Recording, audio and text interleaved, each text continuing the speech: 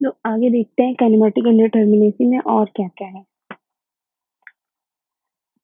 तो अभी तक हमने एक फॉर्मूला देख लिया था जनरल कि हमारा डीके की वैल्यू क्या आ रही थी, kinematic indeterminacy DK is equal to 3j minus RE and minus M। ये फॉर्मूला आ रहा था हमारा अभी तक, ठीक है। अब जनरली अभी तक हम क्या केस लेके आ रहे हैं कि हम मानते हैं कि अब रिलीज रिएक्शन भी है। अभी तक हमने बिना रिलीज रिएक्शन की चीजें देखी थी। अब अगर रिलीज रिएक्शन हो तो और मान लो आपके किसी स्ट्रक्चर में रिलीज रिएक्शन हो तो आप क्या देखोगे, नॉर्मल बीम कुछ इस तरह से, अगर आपने रिलीज रिएक्शन मतलब मान लो इंटरनली हिंट दे दिया, अगर ये बीम नॉर्मल होती तो इसके बीच में कोई किसी भी तरह का मूवमेंट हो सकता था, ना कोई ट्रांसलेशन होता, ना हॉरिजॉन्टल डायरेक्शन में, ना वर्टिकल डायरेक्शन में, ना कोई रोटेशन होता, कुछ भी पॉसिबल नहीं था। बट देखो आपने यहाँ हिंज दे दी, हिंज की वजह से क्या हुआ, ये मेंबर्स फ्री हो गए, फ्री टू मूव। तो आपका क्या करता है, रिलीज रिएक्शन आती है, उसकी वजह से आपका जो भी डिग्री ऑफ काइनेमेटिक इंडिटरमिनेसी इसकी वैल्यू बढ़ जाती है, क्योंकि रिलीज रिएक्शन की वजह से आप जो है कुछ रिस्ट्रिक्शन रिमूव कर देते हो। तो क्या मैं ये लिख सकती हूँ कि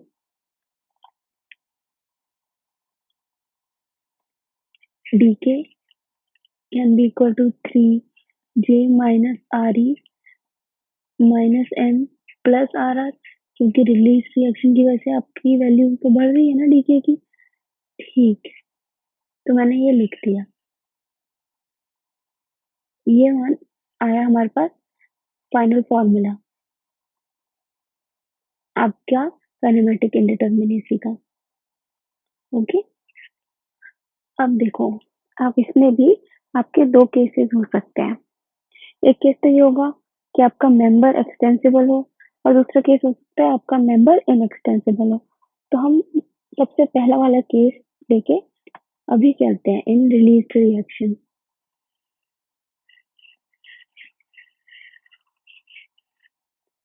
क्या मान रहे हैं हम कि हमारा मेंबर जो है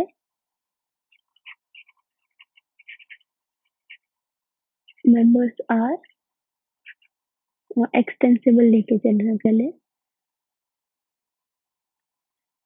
मेंबर्स आर एक्सटेंसिबल,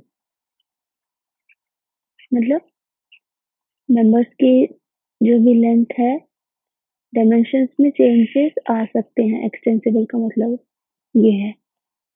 तो अब मान लो हमारे पास एक एग्जांपल दे रही हूँ मैं, अब बताना इसका डिग्री ऑफ फ्रीडम क्या होगा। ये स्ट्रक्चर है एंड मैंने क्या किया यहाँ पे, ये सपोर्ट फिक्स्ड है एंड एक हिंज है। ओके, हिंज है। अब देखो, अगर मैं फॉर्मूला बेसिस पे निकालूं तो क्या फॉर्मूला लिखूंगी, D K is equal to 3j minus RE minus M plus RR लिखूंगी। ठीक है, जॉइंट्स कितने हैं, 1 2 3 4, 4 जॉइंट्स हैं, है ना, माइनस RE। एक्सटर्नल रिएक्शन कितनी है, 3 यहाँ पे एंड 3 यहाँ पे, तो हो गई 3 + 3 6 माइनस आपके M क्या होता था, नंबर ऑफ इनएक्सटेंसिबल मेंबर्स, है ना। आपके ये सारे मेंबर्स आपने एक्सटेंसिबल माने, मूव कर सकते हैं, मतलब उनके डायमेंशंस में चेंजेस आ सकते हैं। तो आपका M की वैल्यू क्या हो जाएगी यहाँ पे, इस केस में 0। और रिलीज रिएक्शन कितना रिलीज कर रहे हो आप, हमने क्या पढ़ा है हिंज में, कितने रिएक्शंस रिलीज होते हैं, 1। अब अगर मैं वैल्यू निकालूं तो क्या आएगा, 3 × 4 12 माइनस 6 प्लस 1, तो क्या आया हमारा, D K is equal to 7। अच्छा, ये तो मैंने ऐसे बता दिया, D K is equal to 7। अगर मेरे को डायग्राम से करना हो तो मैं कैसे शो करूंगी कहाँ पे है 7 डिग्रीज ऑफ फ्रीडम? तो एक तो इस जॉइंट पे है हमारे पास, एक वर्टिकल डायरेक्शन में, एक हॉरिजॉन्टल डायरेक्शन में और एक रोटेशन है। दूसरा हमको इस जॉइंट पे फ्रीडम है, वर्टिकल, हॉरिजॉन्टल एंड रोटेशन। और एक आप बोलोगे कि यहाँ पर है।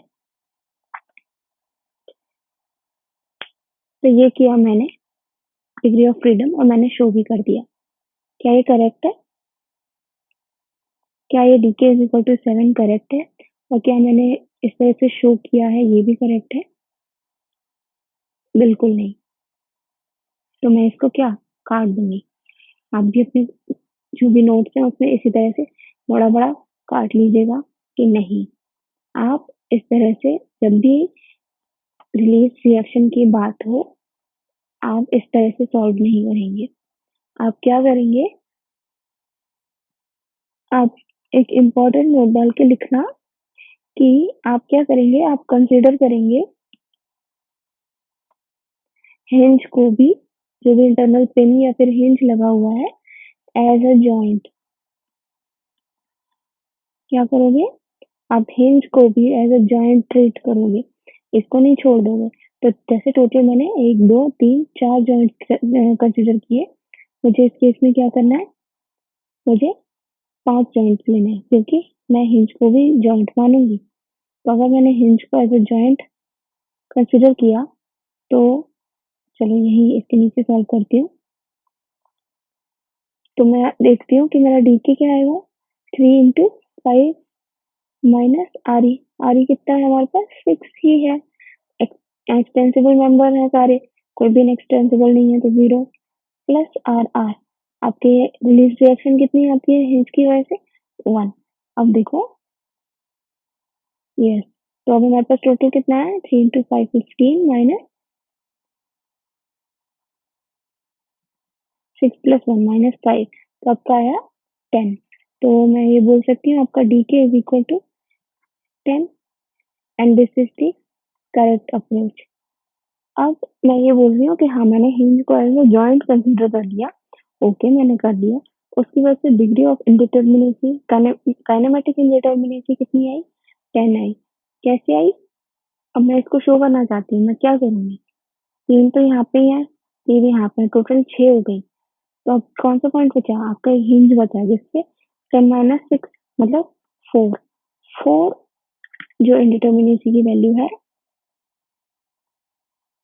वो आपकी इस हिंज पर आएगी। मतलब हिंज पर 5 टाइप के डिस्प्लेस 4 टाइप के डिस्प्लेसमेंट या रोटेशन पॉसिबल है। ठीक है, आप ये याद रखोगे कि आपको हिंज को एज अ जॉइंट कंसीडर करना है। ठीक है, तो ये हुआ आपका, ये है आपकी wrong approach to solve kinematic indeterminacy when released reactions are there, and this is your correct approach.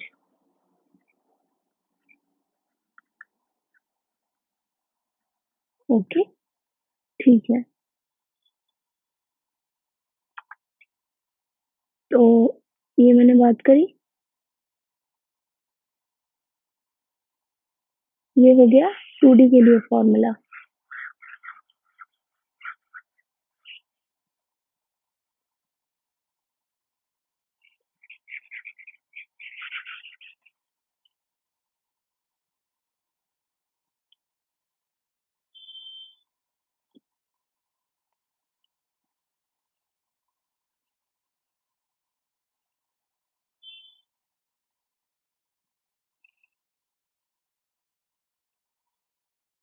ठीक है, तो ये हुआ हमारा 2D के लिए फॉर्मूला। अगर मैं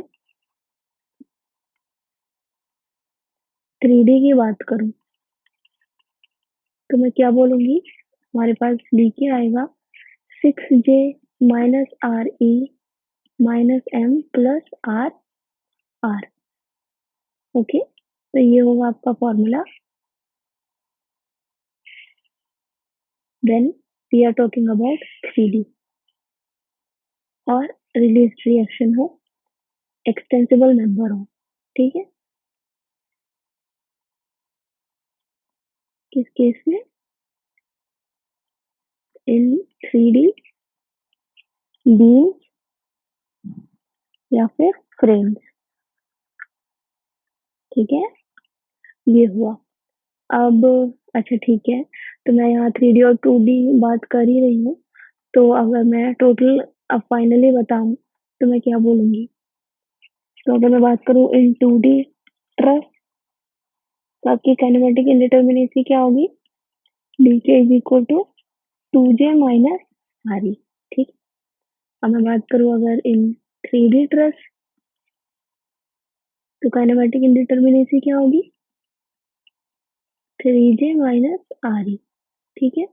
अगर मैं बात करूँ इन 2D बीम या फिर फ्रेम, तो मैं डीके की वैल्यू क्या दूंगी? 3j minus R E minus M plus R R. अब मैं अगर बात करूँ इन 3D बी या फ्रेम, तो मैं क्या बोलूंगी? डीके होगा हमारा 6j minus R E minus M plus R R. तो ये हुआ टोटल आपका एक कंसोलिडेटेड फॉर्म में आपकी काइनेमेटिक इंडिटरमिनेसीज क्या होंगी जो हमने अभी तक पढ़ी।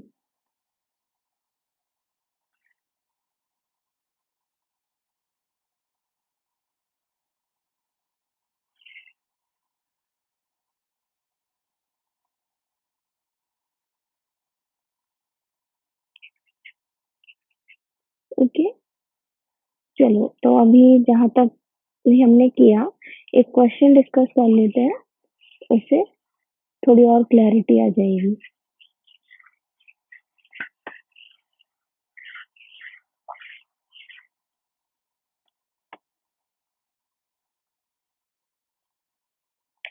तो क्वेश्चन आपके पास कुछ इस तरह से है, ये क्वेश्चन है, आप भी करना साथ साथ।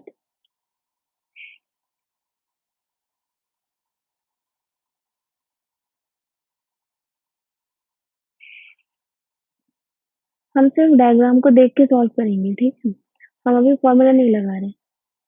आपको इतना प्रैक्टिस करना है और इतना अ, क्या बोले कि परफेक्ट होना है इसमें कि आप सिर्फ डायग्राम देख के ही कर पाओ, आपको फॉर्मूला लगाने का जरूरत ही ना हो। फॉर्मूला लगाने में आपको क्या होगा? कैलकुलेशन में टाइम जाएगा। अगर आप डायग्राम देख के ही कर सकते हो और एकदम कॉन्फिडेंट हो, अच्छा देखो, अगर आपको दोनों वेज पता है, आप डायग्राम से भी कर पा रहे हो और आप फॉर्मूला लगा के भी कर पा रहे हो, तो आप क्या कर सकते हो? आप श्योर हो सकते हो, डबल चेक हो सकता है ना आपका कि आपको फॉर्मूला से भी आता है और डायग्राम से भी, दोनों से सेम आंसर निकला है तो पक्का आपका आंसर करेक्ट होगा। तो ये डबल चेक करने का भी एक तरीका है, ठीक है। तो ये है आपका एक क्वेश्चन। अब इस क्वेश्चन में डिग्री ऑफ फ्रीडम यानी काइनेमेटिक इंडिटरमिनेसी बतानी है हमको, तो क्या करेंगे? ठीक है, देख लेते हैं। सबसे नीचे से स्टार्ट, चलो ऊपर से स्टार्ट कर लेते हैं। यहाँ पे इस जॉइंट पे कितनी फ्रीडम है? 1 2 एंड 3। तो आपके पास कितना है? 3, है ना। सेम इस जॉइंट पे कितना डिग्री ऑफ फ्रीडम है? 1 2 एंड 3। तो टोटल वी हैव 3। सेम इस जॉइंट पे 1 2 and 3। So in total we have 3 degrees of freedom. तो टोटल इस रो में आपके पास कितना है? 9, ठीक। 3 प्लस 3 प्लस 3 9।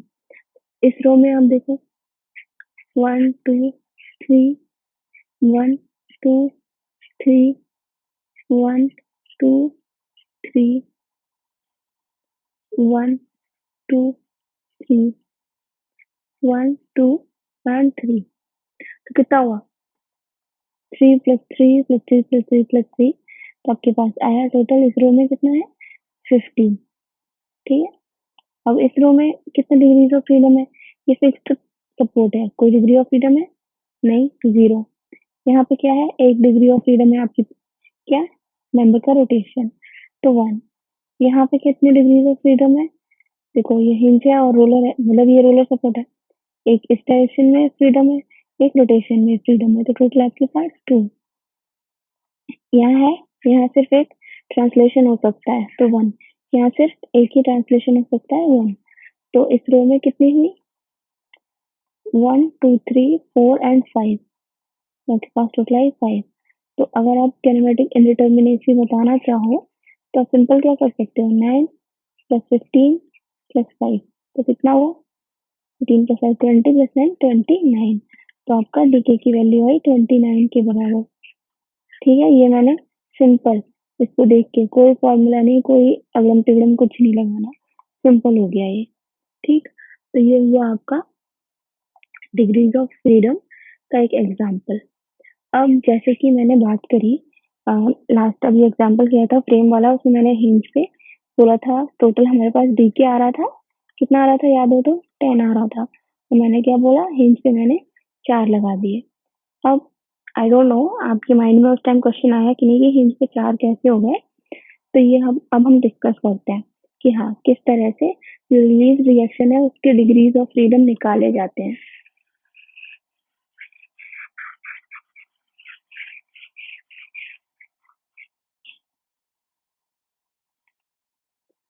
तो मैं हेडिंग डालती हूँ, degrees of freedom due to release reaction. ठीक है, अब रिलीज रिएक्शन की वजह से आपकी क्या क्या डिग्रीज ऑफ फ्रीडम होंगी ये हम पता कर लेते हैं। तो जैसे हम लोग एक प्रॉपर ऑर्डर में चलते हुए आए हैं उसी तरह से चलते हैं। तो पहला हम किसके बारे में डिस्कस करेंगे, फर्स्ट डिस्कस करते हैं इंटरनल हिंज के बारे में। ठीक है, रिलीज रिएक्शन में हमने सबसे पहले इंटरनल हिंज के बारे में ही डिस्कस किया था।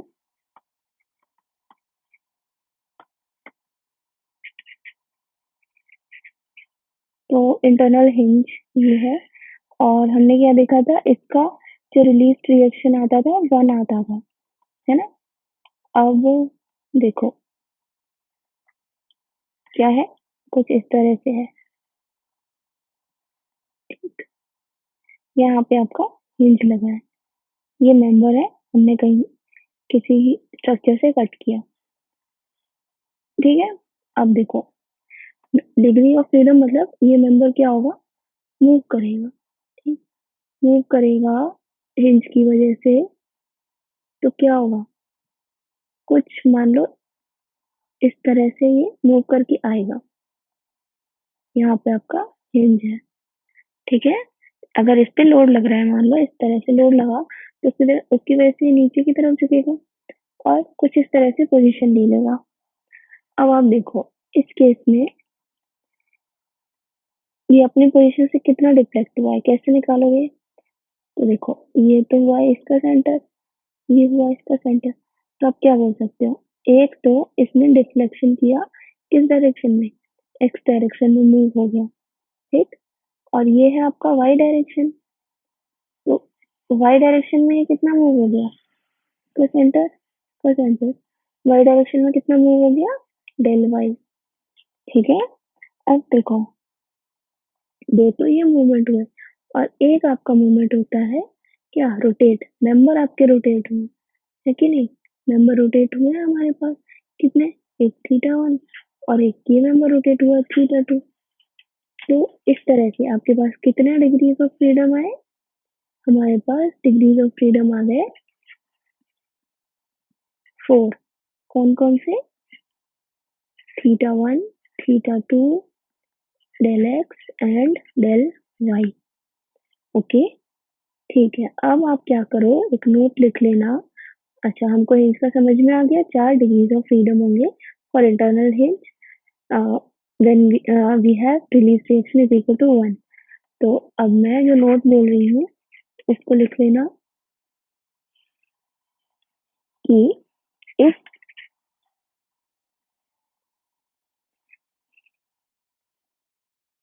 इफ ठीक है, if capital N N number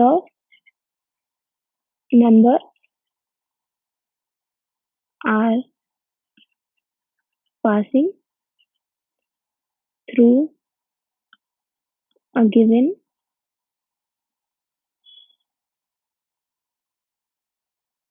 internal hinge,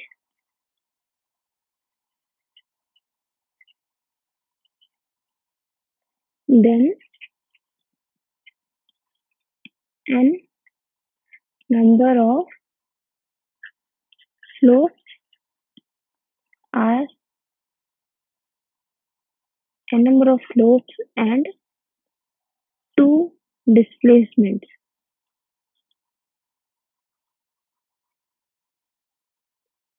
कौन से दो? del x and del y shall occur. तो क्या बोला मैंने ये बोला आपको इंटरनल हिंज में क्या पॉइंट ध्यान रखना है, ये कि हिंज से जितने मेंबर्स कनेक्टेड होंगे उतने तो रोटेशन क्रिएट होंगे, प्लस दो आपके पास डिफ्लेक्शंस क्रिएट होंगे, एक एक्स डायरेक्शन में और एक वाई डायरेक्शन में। तो ये हुआ आपका जो है इंटरनल हिंज के बारे में। टोटल अगर 3 मेंबर है तो 3 रोटेशंस क्रिएट होंगे और 2 डिस्प्लेसमेंट क्रिएट होंगे, del X and del Y. तो मानो अच्छा ये मैंने जो बात बोली इसको प्रूव करने के लिए let us say we have something like this. Oh, wait. We have a structure something like this, and we have a hinge at the center. Okay. अब देखो, अब मैंने ये बोल दिया कि ये फिक्स्ड पॉइंट है।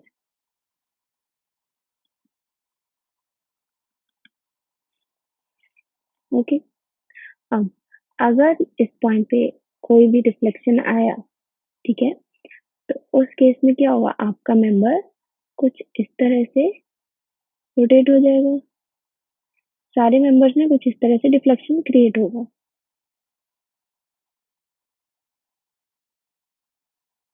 ठीक है, ये एक सेकंड, ये रॉन्ग हो गया था।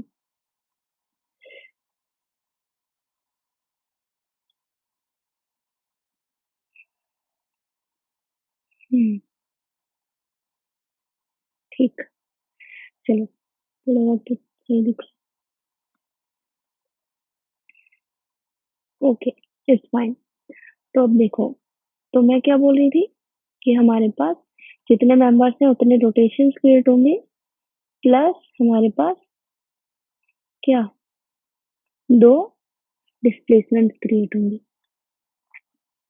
तो जैसे इस केस में ये जॉइंट मैंने आफ्टर रोटेशन ये जॉइंट जो है थोड़ा अपने प्लेस से डिस्प्लेस भी होगा, तो वो भी आप कंसिडर करना। मानो ये थीटा 1 हो गया, ये थीटा 2, थीटा 3 एंड थीटा 4। तो आपके पास जो टोटल डी के आएगा वो क्या आएगा, इस केस के लिए आपके पास 6 हो जाएगा डी के, या फिर मैं बोलूँ डिग्री ऑफ फ्रीडम कितनी होंगी आपके पास, 6। और क्या क्या, theta 1, theta 2, theta 3, theta 4, del X and del Y. तो इस तरह से आप इंटरनल हिंज के बारे में बात करोगे।